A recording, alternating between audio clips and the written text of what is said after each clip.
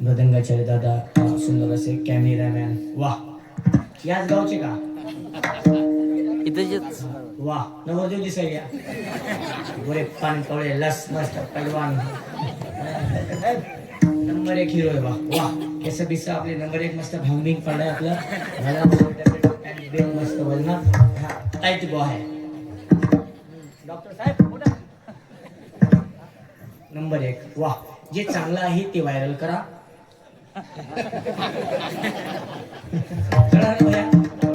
जे मी चांगलं बोललो तेवढंच व्हायरल करा.